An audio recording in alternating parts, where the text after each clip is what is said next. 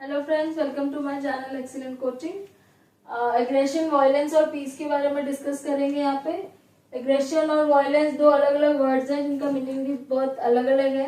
Aggression जो होता है बेसिकली किसी को हार्म करने का इंटेंशन होती है। किसी को जब हम अंदर से हम फील करते हैं कि हमें किसी को हार्म करना है, लेकिन एक्चुअली में हम करते नहीं है, जस्ट एक एग्रेशन शो करते हैं किसी की तरफ।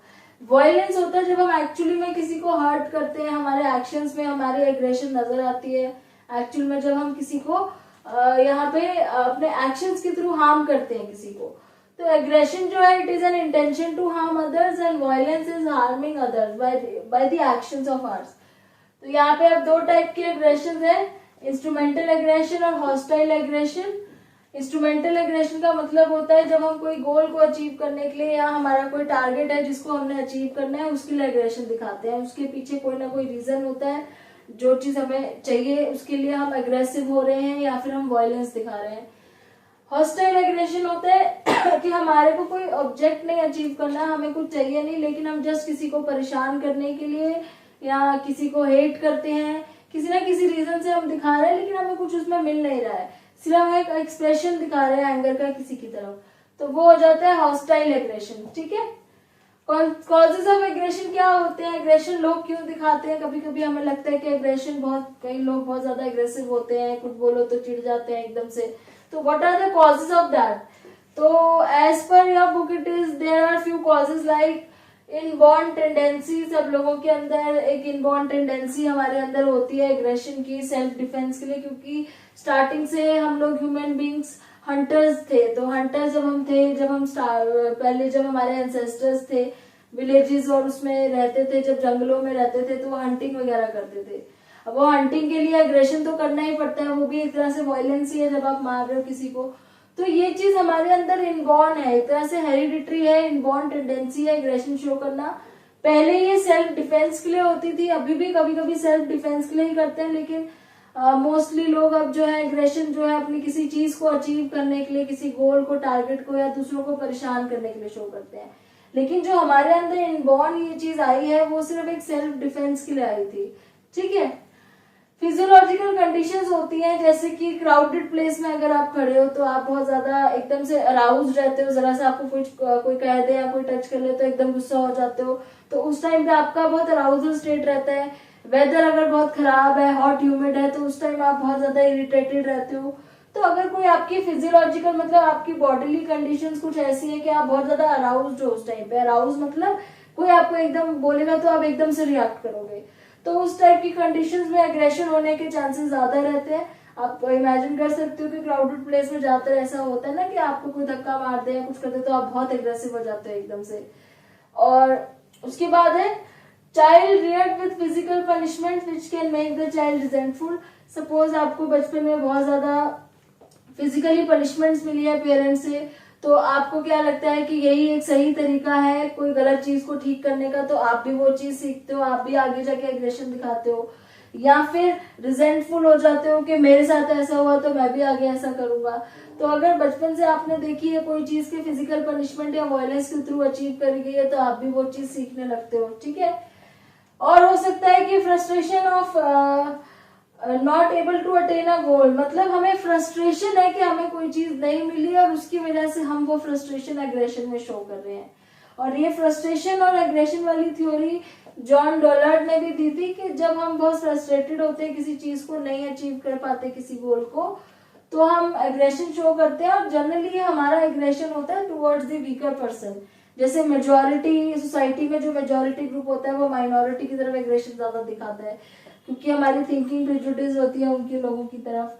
तो जब हम अपना फ्रस्ट्रेशन किसी वीकर पर्सन की तरफ दिखाते हैं तो उसको डिस्प्लेसमेंट भी बोल सकते हैं, ये एक तरह का डिफेंस मैकेनिज्म भी है। डिस्प्लेसमेंट के हम ना कोई अचीव नहीं कर पाए कोई गोल या कुछ, हमें अंदर से गुस्सा आ रहा है और हम किसको बोले नहीं किसी को कह सकते, तो हम अपना सारा एग्रेशन एक वीकर पर्सन पे निकाल सकते हैं। ठीक है। उसके बाद अदर कॉजेज भी हैं। ये कॉजेज तो है ही आपके, जो जनरली एक पर्सन जो अग्रेसिव है उसके अंदर से ये कॉजेज आ रहे हैं कि वो इनबॉर्न टेंडेंसी है उसकी, या उसकी फिजियोलॉजिकल कंडीशंस ऐसी है जहां वो है, या फिर वो बचपन से कोई चीज देखता आ रहा है, या फ्रस्ट्रेट हो रखा है किसी बात को लेके। ये तो हो गए कि जो इनबॉर्न, जो अंदर से जो कॉजेज आ रहे हैं एक उसके अंदर, एग्रेसिव पर्सन के अंदर। लेकिन जरूरी नहीं है कि कुछ सारे कॉजेज अंदर से ही हो, कुछ कॉजेज बाहर से भी हो सकते हैं। अदर कॉजेज हैं जो सिचुएशन के अकॉर्डिंग भी हो सकते हैं, आप जिस सिचुएशन में उसके अकॉर्डिंग भी डिपेंड करता है। आप अंदर से अग्रेसिव नहीं हो, लेकिन आपकी सिचुएशन ऐसी है जिस वजह से आप अग्रेशन शो कर रहे हो। जैसे लर्निंग होती है, लर्निंग में क्या होता है, जैसे अगर आप देख रहे हो कि कहीं पे अग्रेशन के थ्रू कोई चीज अचीव करना आसान हो जा रहा है, तो वो बचपन से कोई बच्चा देखता आ रहा है कि अग्रेशन अगर कोई शो कर रहा है तो वो चीज को आसान इजीली अचीव कर पा रहा है एग्रेसिव होके, दूसरे लोग डर के मारे उसको वो चीज दे रहे हैं। अगर वो चीज देख रहा है कोई बचपन से, तो वो क्या करेगा, ऑब्वियसली वो वही चीज लर्न करेगा, उसको वही मेथड सबसे ठीक लगेगा। उसको लगेगा कि अगर मैं एग्रेशन दिखाऊंगा तो मुझे रीइंफोर्समेंट मिलेगा, रीइंफोर्समेंट या रिवॉर्ड मिलेगा, रिवॉर्ड जब मिलेगा तो वो रीइंफोर्समेंट की तरह काम करेगा।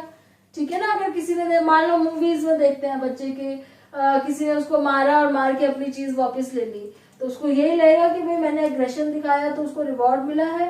एग्रेशन दिखाने से दैट मीन्स वो एक रीइंफोर्समेंट हो जाएगा उस बिहेवियर को और बढ़ाने के लिए।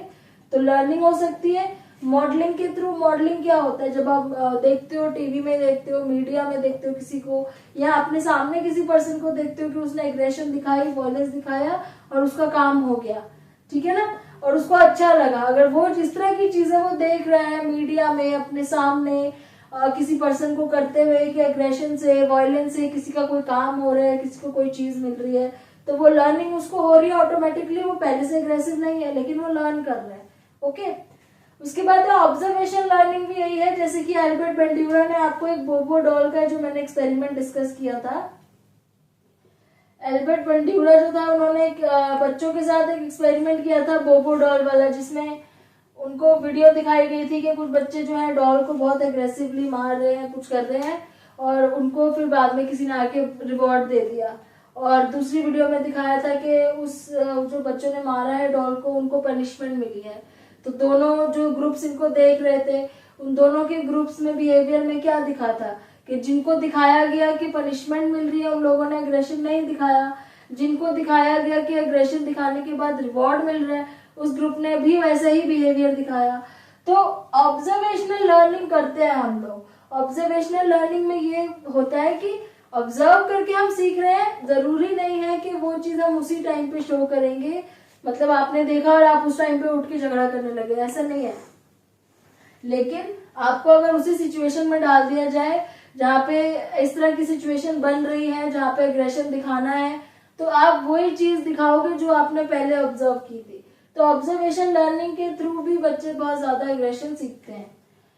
उसके बाद है प्रोवोकेशन बाय अदर्स। कई बार आप खुद नहीं रिस्पॉन्सिबल होते, कोई दूसरा पर्सन होता है आपके एग्रेशन के लिए, वो आपको प्रोवोक कर रहा है, वो कुछ इस तरीके से कुछ बोल रहा है जिससे आपको गुस्सा आ गया।